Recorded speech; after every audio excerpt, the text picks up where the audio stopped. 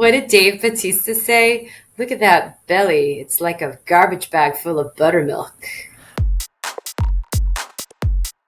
Welcome back to another episode of Highly Conflicted.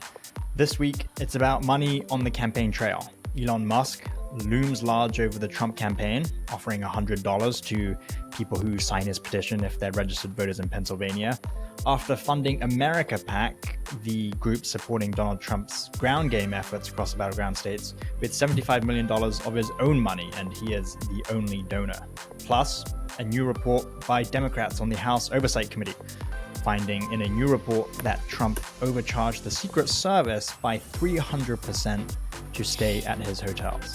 And this week we're back with Katie Phang, host of the Katie Phang Show on MSNBC. Welcome back, Katie.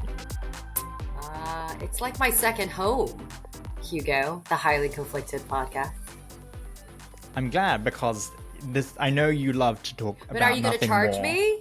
Are you going to overcharge me for being here, Hugo, like Donald Trump did? Are you going to upcharge by 300% for me to come and hang out at the podcast? I just want to know.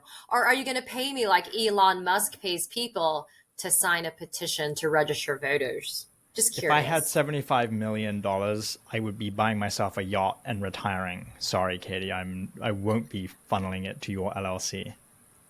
That's too bad. You're welcome on the yacht anytime, though.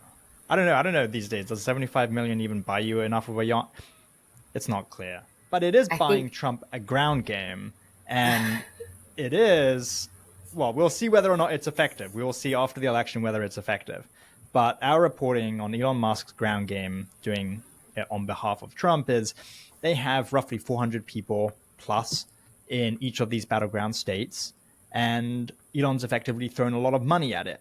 And I was thinking that all of this really, to me, two things stand out. One is that if Trump wins, and it's because of Elon Musk's effort, this is going to give Elon an extraordinary amount of influence over Trump, because Trump would effectively be indebted to him, right? And just to explain to our listeners why this is such a big deal, the fact that he's outsourced the ground game, just quickly, is by not having to pay for the ground game through the campaign, Trump is effectively saving all the campaign money for television advertising. And the reason why that's important is because television advertising, if you're coming from a political campaign, you get a discount. You get a big discount on primetime and major media market. And so he's always wanted to earmark that for TV ads, and he's wanted other people to pay for the ground game. But what do we think about the influence point, at least? Well, I thought it was clear, Hugo, that Elon wants a position in his cabinet. I mean, isn't that the whole reason why Elon's doing this? I mean, I don't think that's a secret. And if it is, it's the worst kept secret, one. And two, I mean, I travel a lot. Like right now, I'm, in a hotel room and not home. And I haven't been seeing ads by Donald Trump. Have you? I mean, maybe I like subconsciously change the channel when they come on, or I'm unaware of it, but I haven't seen TV ads. So I'm not quite sure what Donald Trump is using that money for, that he's ostensibly saving because Elon Musk is padding his ground game. Well, I think certainly you're not living in Pennsylvania. I think if you're living in Pennsylvania, you would be bombarded with political advertising. You're in New York right now. You could be in Florida, and I guess Florida is not exactly a battleground state. So, but even if we cut him a pass on that, it is certainly true, though, that Vice President Harris has outraised Trump dramatically this cycle. The New York Times reported that she's hit $1 billion in fundraising, which Trump obviously has not. So I wonder if there is a case to be made where he's also trying to save this cash for the last 2 weeks or so of the campaign, which is where we are about to be.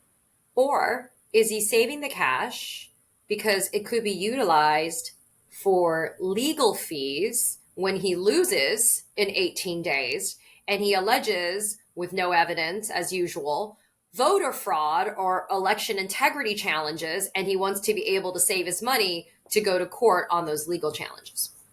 Well, I think that's a really good point as well. And if you remember back in 2020, part of the beef with Rudy Giuliani was Rudy thought he was going to be paid $1 million to do all of the voter fraud claims in court, and ultimately he got paid, we believe, nothing or very close to nothing.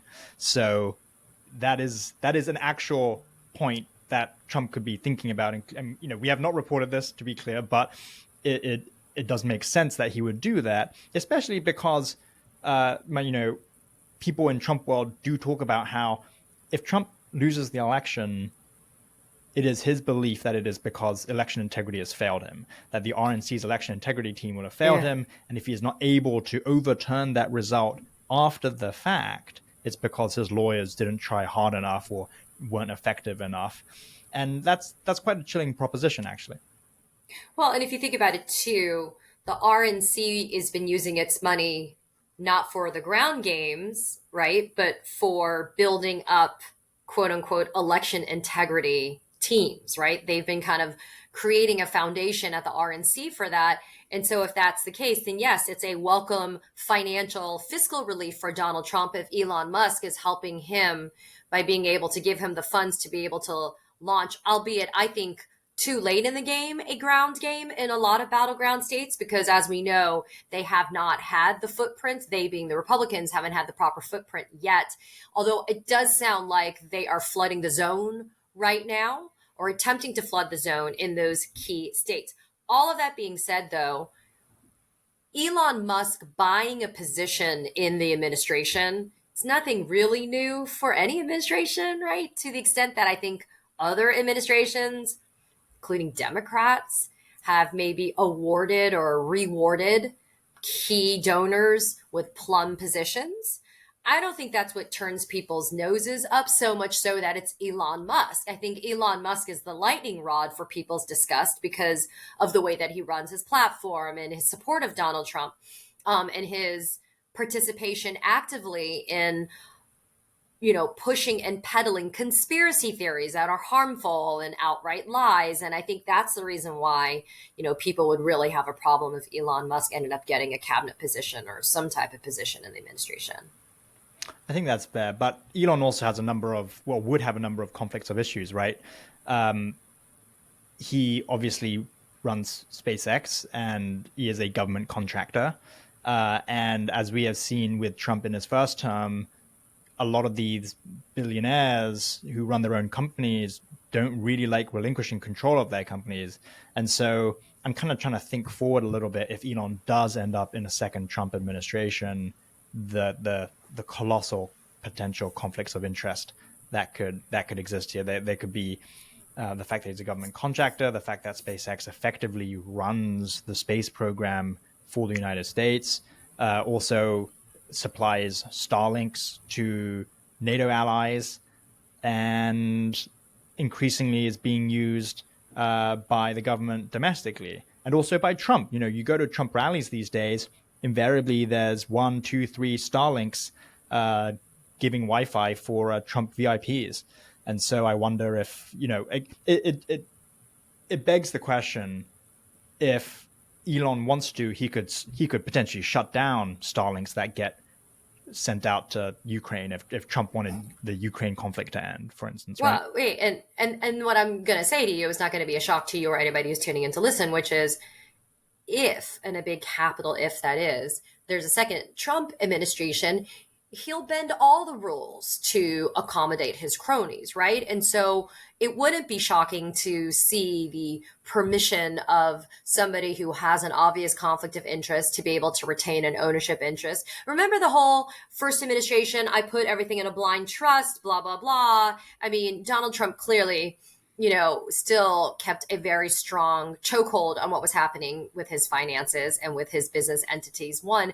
And two, I mean, I think it's the perfect segue into this latest news from the House oversight, from the House Dems on oversight about the emoluments clause violations that are coming from that first Trump administration for the overcharging of Secret Service and other officials and others that ended up staying at Trump properties, because it just goes to show that Trump is just in it to make money. So if it's going to be profitable for him, he won't turn a blind eye to allow somebody like Elon Musk to be able to make money off of his back. Yeah, and I just want to read from part of this report because it is particularly damning if you've not actually read it.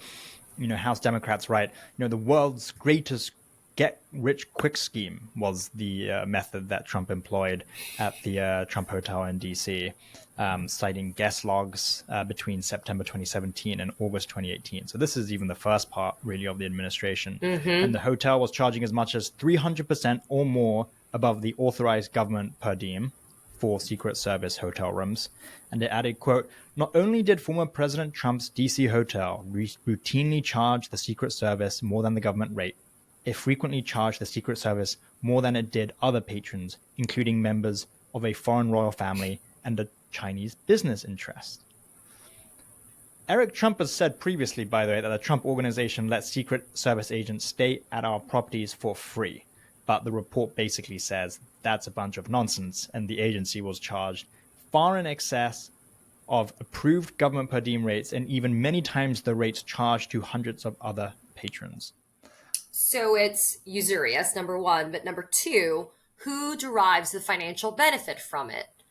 Trump and his family, his progeny, whatever. I mean, we all knew it was happening in real time. We saw it happening. And despite people like Eric Trump, per your example, denying that it was going on, it's going on. And so I struggle to see if it moves the needle in any capacity for an undecided voter, for example. It's clearly not going to turn a Republican who's intending on voting for Trump. So with this news dropping 18 days from Election Day, is it going to sway an undecided voter that we now have official confirmation that Trump just grifts, Trump and the family grift to be able to make money? I mean, none of that is new news. I don't want to be jaded, though. So I look to...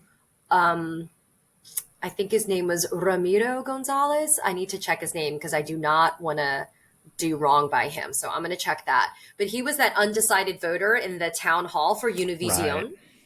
And I mean, he asked better questions than I think members of the media do. Let me be very clear.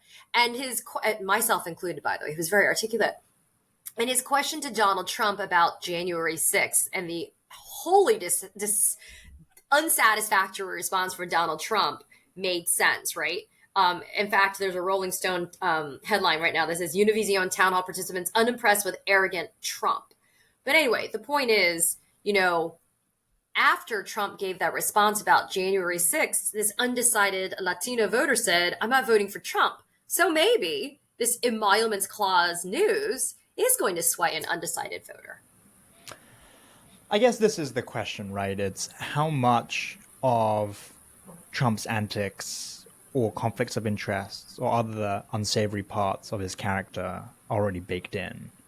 And with that town hall participant in particular, who was very, very eloquent and did ask, a fantastic question. And his name is Ramiro Gonzalez. And I just wanted to make sure I did right by him because he was fantastic in his questioning. But go on. Sorry. Right. And he asked, effectively, he said, "I'm going to give you an opportunity to win back my vote." So I see him as already not voting for Trump. And so... Well, he was an undecided. So maybe Trump could have won him back, What, clearly right. And obviously did not. But I wonder if, in the grand scheme of things, if stuff like that is baked in. I don't know. Of course it is. I mean, unless you're living under a rock, you know what you're getting with Trump. So the fact that you continue to support Trump, despite the emoluments clause information coming out now from oversight, despite his answer for January 6th, despite him saying today on a podcast with Dan Bongino that the January 6th insurrectionists that are being held either pending trial or for pursuant to sentences after being duly convicted and found guilty of insurrection, basically, he compared them to the Japanese Americans that were incarcerated in internment camps during World War II. I mean, even if you know all of that and you know that's what he's all about and you're supporting him, you're lost. I mean, this may be a very harsh thing to say, Hugo, but you're a lost cause if you're voting for Donald Trump despite knowing all of that. I mean, does that make me a bad person for saying what I'm saying now? I don't know. But you're never going to listen to reason or facts or evidence. And so you're a lost cause for that. Okay, but if you're a lost cause, then is the town hall participant a genuine undecided voter? I mean, If you are an undecided voter, why are you an undecided voter at this point, right? If you need someone to earn back your vote and you're repulsed by what Trump said and did on January 6th, and you can't countenance how to vote for a candidate who multiple senior advisors have said is unfit for office, and he repeated that in the question. If he knows all of that, like, how are we still in this position where voters are undecided? Like, they know all these facts. Like, is it really going to be the case that if Trump came back and said, you know what, January 6th was bad, I should have stepped in sooner, that's on me? Would you take that at face value and be like, oh, well, then I'm going to forgive him for all of his other transgressions that I didn't like him for? I mean, that also seems a little disingenuous. No, but would that have maybe won Mr. Gonzalez's vote?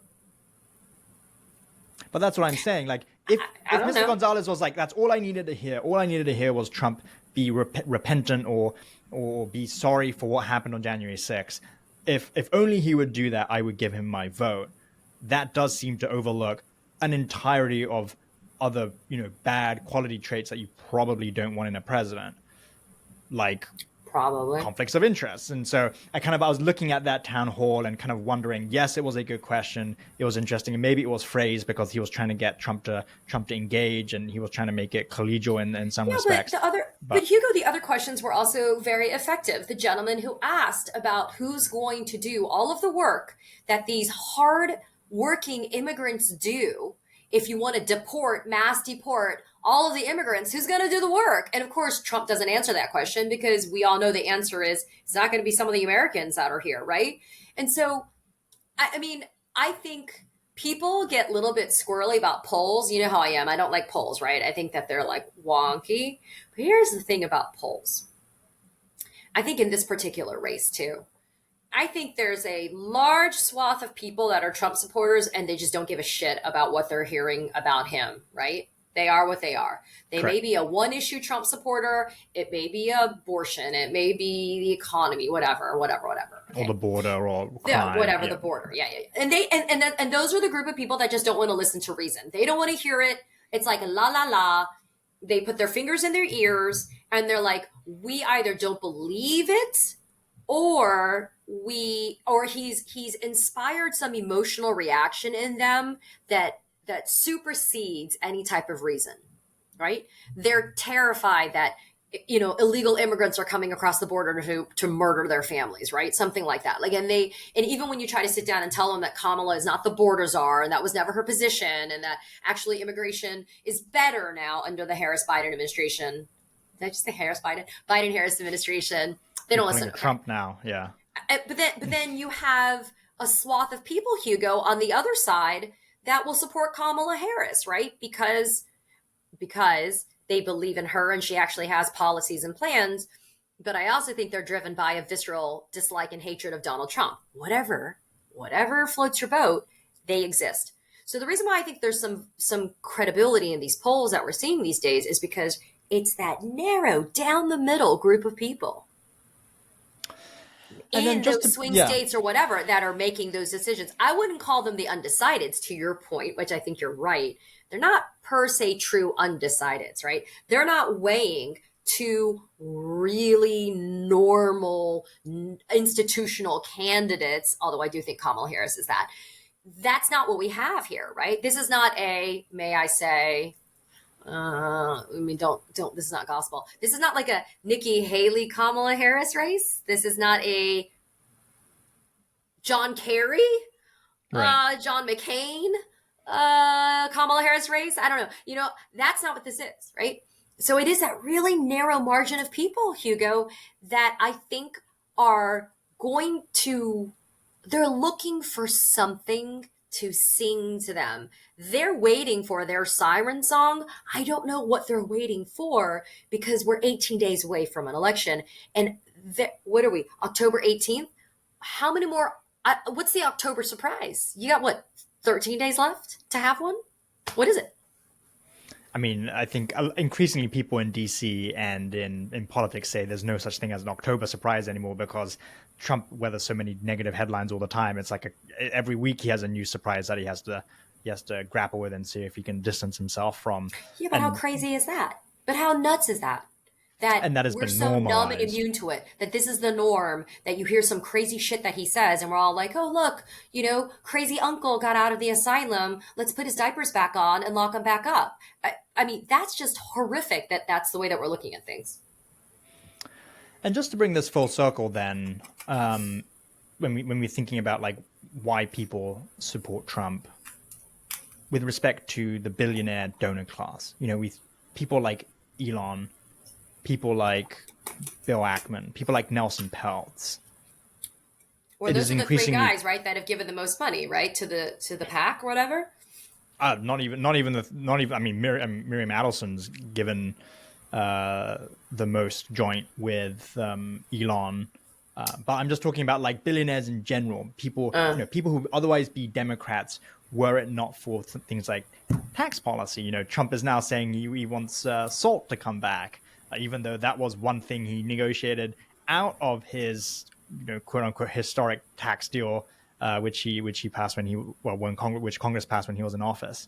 So there is obviously a play to that type of voter as well, but it is increasingly nebulous to me how these big money donors, people like Peltz, Musk, Bill Ackman, are willing to forego all of Trump's other bad character traits because clearly they see an upside for them financially, either because they think, if he does more deregulation, if he allows if he has policies that might increase the S&P, or has policies that might reduce their tax burden, they would be up for that. And it seems to me that people are increasingly being driven by single issue items, and they're willing to forego everything else so long as they get that.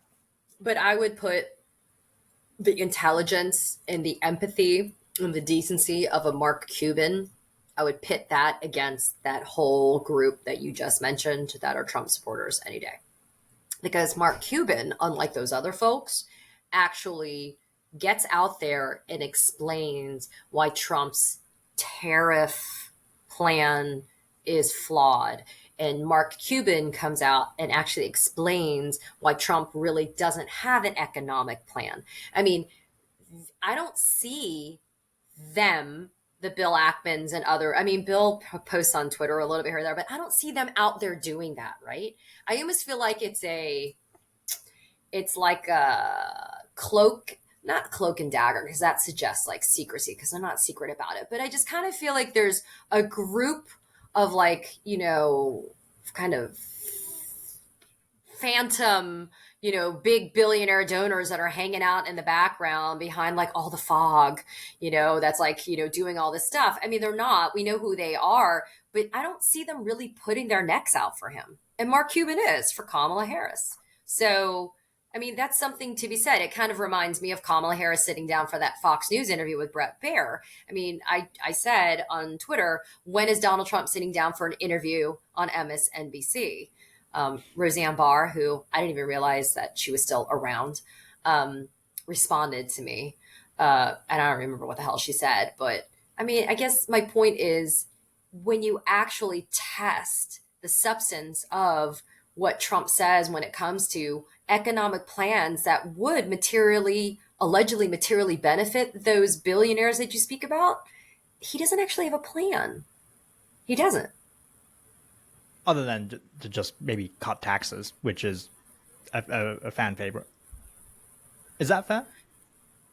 Cut taxes? I don't want to pay taxes. Do you want to pay taxes? Let me be clear, because I'm sure the IRS is listening to us right now. I pay my taxes. So do I. Yes, Yes. I pay them and then some. That's not the point. Nobody wants to pay taxes. But you look at these numbers, like I want to find this article, because it was Elon Musk and like maybe two other people that were responsible for bankrolling, I don't know, the latest, I don't know what it was, Hugo, but it was like they bankrolled this, and I was like, you've got to be kidding me. It was like him and like only two other people that gave the most money. Yeah, is Like, that the FEC reports this week? Is that what that was? Yeah, And it was just like Musk and like two other people, and that was it. Yeah. Well, And just to be clear, Elon gave 75 million of his own money to his own PAC. He didn't give it direct to Trump. But yes, in terms of money donated to the Trump movement, to the Trump effort, yes, it was Miriam Adelson, Elon Musk, and I forget who the third person was. But yeah, it was a trio. Yeah, Um, a trio, three people only. So I guess my question for you then, what happened to the purported grassroots donors that were the small dollar donors that Donald Trump used to, I think, fleece, frankly, when he had the fine print when you would give your $5, and the next thing you know is every freaking month you're giving your $5 to Donald Trump. Like, whatever happened to them then? Because that's the thing. If you really take the time to think about it, he talks out of both sides of his mouth. He talks about wanting to be there for the little guy, right? And yet he's clearly being bankrolled by billionaires. And I'm not quite sure what happened to that grassroots game of his, because I don't really think that, I guess after a while, they just tap him out after a while. I mean, I don't know how many times people can do the small dollar donations at this rate. And just on Elon, because I think he's such a fascinating character, and the FEC That's not the reports, adjective I would use, but go on. well, fascinating from a kind of a political standpoint, because he clearly has wider political ambitions. Recently he's now doing his own bus tour across America. He's flying into Pennsylvania and holding these events and these rallies, and clearly he has his own political ambitions. And I wonder if he has decided if he can take over the MAGA movement or a subsection of the Republican Party once Trump kind of exits the stage. Because Is someone he like JD, is he forcing him out? Do you think Elon's forcing out Donald? Is not this Elon the cycle, next iteration of Donald Trump? clearly Elon, through his actions this week, is seeing himself as a Republican power political player. And Do other people share that sentiment? you mean inside Trump world? Or Well, generally? I mean, look, without a doubt, generally, he is starting to throw his weight around, right? He's throwing $75 million at the ground game. He is basically running Trump's ground game. As far as I'm concerned, I basically see Trump's ground game and the America PAC field operation as one and the same thing. Like, yeah, Turning Point Action and America First Works and these other PACs are also doing some ground games, but like their presence is really small compared to what America PAC has put up in some of these battleground states, like 450 people. Um, in some of these states, like 440 people are walking this week in every day in Arizona oh, and Nevada this week. and where's the money going? That's a lot of money, 75 million. Where's it going? So it's based on the FEC reports. It's going to a number of things, right? It's going to direct mail ads. It's going to field and canvassing operations on behalf of Trump. He's also started doing field and canvassing operations for down ballot candidates, which is why I'm starting to think if maybe Elon's wider ambitions here are not tied to just, I want to make a splash in Republican politics and be influential in a second Trump administration and have a cabinet position. I wonder if he increasingly wants to be a candidate himself, or short of that, be the puppeteer that pulls the strings. He's like the kingmaker. And to date, it has been Trump, but just by virtue of the fact that he has that big MAGA base. But, as you know, in politics, money talks. And with the kind of money that Elon can and has been throwing around, I'm starting to wonder whether he sees himself as a kingmaker, maybe next cycle or the cycle afterwards. Unless he, to your point, wants to be a candidate himself. Unless he wants to be a candidate himself. But, he is so unlikable in general that I think he would struggle to be a candidate. But I could totally see him playing a behind the scenes role. No? But if listen to your theory though. If cash is king, he wasn't always on Team Trump from the beginning. So why not throw that money behind another candidate in the Republican Party in like months ago, right? Like in the primaries, right? Like why not pick somebody else to back with all that money? That's a good question. I don't know. I suppose it if you really want to play it safe and you really want to hedge, you wait until the nomination and you wait until whoever the nominee is the nominee, and then you give to that candidate because, as opposed to giving to Nikki Haley or giving to Ron DeSantis in the primary and then having a good Well, chance because that they lose. he was a Ron DeSantis guy. He was a Ron DeSantis guy at the beginning. But he very quickly came around to Trump, right? The moment he saw DeSantis starting to flag, the moment, if you cast your mind back to Pudding Fingers and all the other crap that came out against DeSantis that really sunk his primary campaign. Also, by the way, I should just add, as a cautionary tale, never back down. DeSantis's primary campaign used an army of paid canvassers, like Trump is doing now, to knock on doors in Iowa, and it went basically nowhere. And he lost Iowa by double-digit percentage points to Donald Trump. So I think maybe for another time, another podcast episode, the conversation kind of needs to be, and I think post-election, right? But I think the conversation needs to be, this is not working anymore. This canvassing ground game just doesn't work anymore. I don't think it does. And that's what I'm saying. Like, even if he does more of that, or if he doesn't do more of that, he clearly has a lot of money to throw at politics. And the next cycle around, even maybe in the next midterms, if he starts bankrolling congressional campaigns, if he starts bankrolling through super PACs, or starts bankrolling presidential campaigns, that could make him a real power player at a time when no other billionaire really is doing this, apart from Miriam Adelson, who is just kind of throwing money at Trump because she likes Trump. Yeah, but she's like old, but she's like an old school supporter. Right, exactly. So let's talk about Musk, though, in the context of paying people to sign a petition to register people to vote. Well, it's a little more nuanced than that, right? Okay, but the reason why I'm trying to simplify it is because I keep on getting asked if it's illegal. Like, can you? Because you can't pay people to vote, right? Like, you can't pay people to vote. That is illegal. So what he's doing is, and you can correct me if I'm wrong, he's paying people now. It went from $47, I think, to $100. If you sign a petition, you get paid $100, but it's because you registered somebody to, like, you got someone to register to vote, I think is what you're getting paid for. Not because you're paying that person to register, but you're paying the person who got the person. Is that how that works? But it's changed. So the petition is the same. The petition asks you to, and this is kind of what fits into my wider theory about he's trying to become like a political power player as opposed to actually helping Trump get elected. And maybe this is just like the dry run. So the petition actually, as far as I understand it, it started off as a petition for registered voters in Pennsylvania and battleground states, I think it was Pennsylvania, to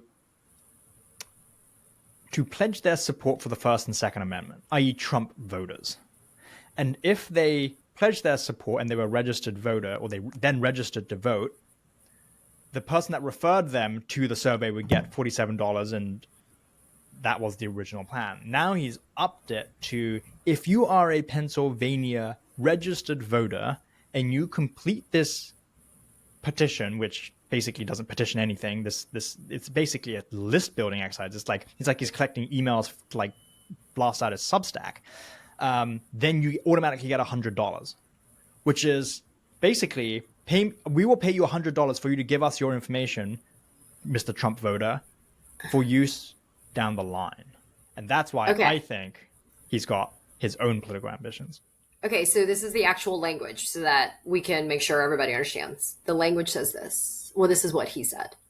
If you're a registered Pennsylvania voter, you and whoever referred you will now get $100 for signing our petition in support of free speech and right to bear arms. Earn money for supporting something you already believe in. The petition reads the following. The First and Second Amendments guarantee freedom of speech and the right to bear arms. By signing below, I am pledging my support for the First and Second Amendments. It offers a further $47 for each subsequent registered voter someone refers to the petition. There is no limit on the number of registered voters that can be referred. I mean, so if I was super popular, you're not paying somebody to vote. So you're not violating an FEC law, whatever. But I mean, come on. But it's harvesting data, right? And this is what makes me like think twice about Elon as I do more reporting about him and America Pack. It's basically a data harvesting exercise. It's we will just pay you for you to give us your own information, and B, that of other people that are likely Trump voters, or basically Republicans who will vote for a Republican cause. And collecting lists like this are very important in politics. I mean, they're very difficult and time consuming to do, and it's part of the reason why Save America didn't like to share its email distribution lists with other entities, including kind of Republican congressional committees like the NRSC and the NRCC. Save America liked to hold onto its proprietary data. And when this presidential campaign launched, it spent a long time transferring the ownership of those lists from Save America over to the Trump campaign. Well, because Effectively, Musk is doing the same thing. they're invaluable. Well, They're I mean, super to your point, invaluable. they are incredibly valuable, and so and it's not just on a national level, right? Like local and state races are driven heavily by voter rolls. Like that data is really important. But the timeliness, I think, Hugo, is my question then. It's October 18th. Let's just say people signed this petition. What's the turnaround then on that, right? Like, are they now going to take that information and be able to use that to do what? To target those people with ads in Well, advance of I mean, November? I mean, like what? certainly it could be used for. I mean, look, certainly it could be used for his ground game this cycle. I personally think he's going to build it and stash it for future use down the line to monetize it through whatever medium. I think that's what a smart guy would do. Let's see if he does that. But certainly this cycle, if he really wanted to, he could collect all of these names and emails and contact details and know that these are like people who, if pressed to return a ballot, would vote for Trump. I mean, he could use that in tandem with his ground game operation, right? Like his ground game operation is knocking on doors, but you can also phone bank these people, and you can call them up and be like, hey, you were visited by a canvasser the other day. Do you still intend to vote for Donald Trump? Have you made a plan to vote for Donald Trump? And you can bolster ground games that way as well. So I can see multiple uses of this, but it just makes me very, very suspicious of Musk's own political ambitions when he's effectively doing a data harvesting list building exercise. Well, the monetization of it's really the idea, though, right? Right. A true entrepreneur would just make money off of it. It's kind of irrelevant who the candidate ends up being. Yeah, I because mean, he's maybe losing he's money gonna. on this. These voter contacts are probably not worth $100 each, but down the No. line, they will give him a big chunk of data that he can then wield against or for people. Well, remember, this is also Pennsylvania. So I haven't heard him doing this in other states. This is, from my understanding, this is just Pennsylvania for now. And the other issue, I think, too, is, he's really showing his hand in that he's trying to do something off of Trump, right? He's doing it off of Trump's back, is the bottom line. I mean, it's not like, well, I don't know. I think maybe Trump will run for president in 2028. Please no. I'm dying. Can you imagine? I mean, it would be true weekend at Bernie's energy. Donald Trump running for office in 2028. I can't do this again, though. I He'll couldn't be survive golf another of these carting to the elections. presidency by that point, and he won't be walking. He'll What be did what did electric what did Dave wheelchairing. what did Dave Bautista say? Look at that belly. It's like a garbage bag full of buttermilk. All right. On that note, thank you for listening. It's been great to have you back, Katie. That's it for Highly You've Conflicted this missed week. me. You've See missed you. me. See you next week.